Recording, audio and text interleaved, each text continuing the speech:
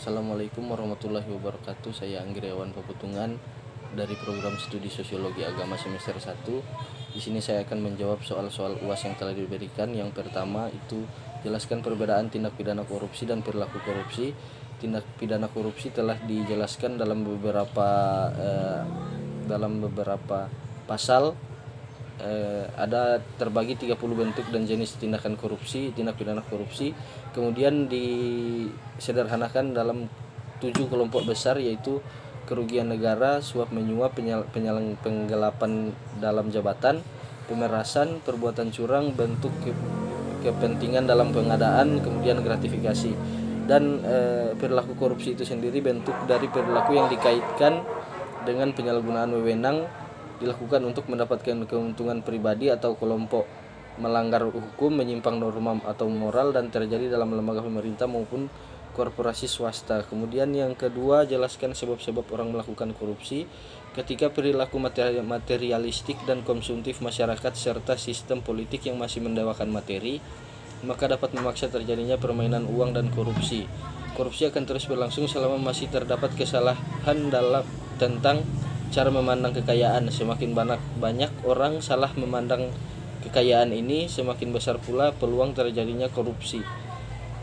Kemudian yang ketiga, di Indonesia pemberantasan korupsi. Bagaimana pemberantasan korupsi di Indonesia? Yang pertama itu ada tindakan represif atau strategi represif adalah upaya penindakan hukum untuk menyeret koruptor ke pengadilan. Hampir sebagian besar kasus korupsi terungkap berkat adanya pengaduan masyarakat. Pengaduan masyarakat merupakan salah satu sumber informasi yang sangat penting. Kemudian yang kedua, perbaikan sistem. Banyaknya sistem yang diterapkan di Indonesia memberikan peluang tindak pidana korupsi. Sistem yang baik bisa meminimalisir terjadinya tindak pidana korupsi.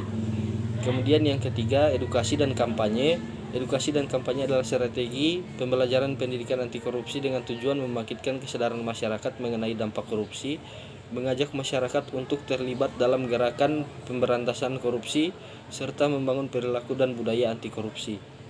Kemudian yang keempat, bagaimana peran mahasiswa dalam pemberantasan korupsi.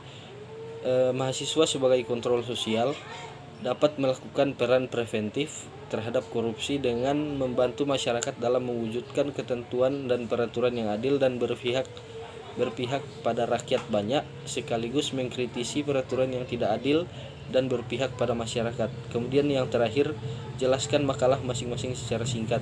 Kebetulan makalah saya juga membahas tentang peran mahasiswa dalam pemberantasan korupsi.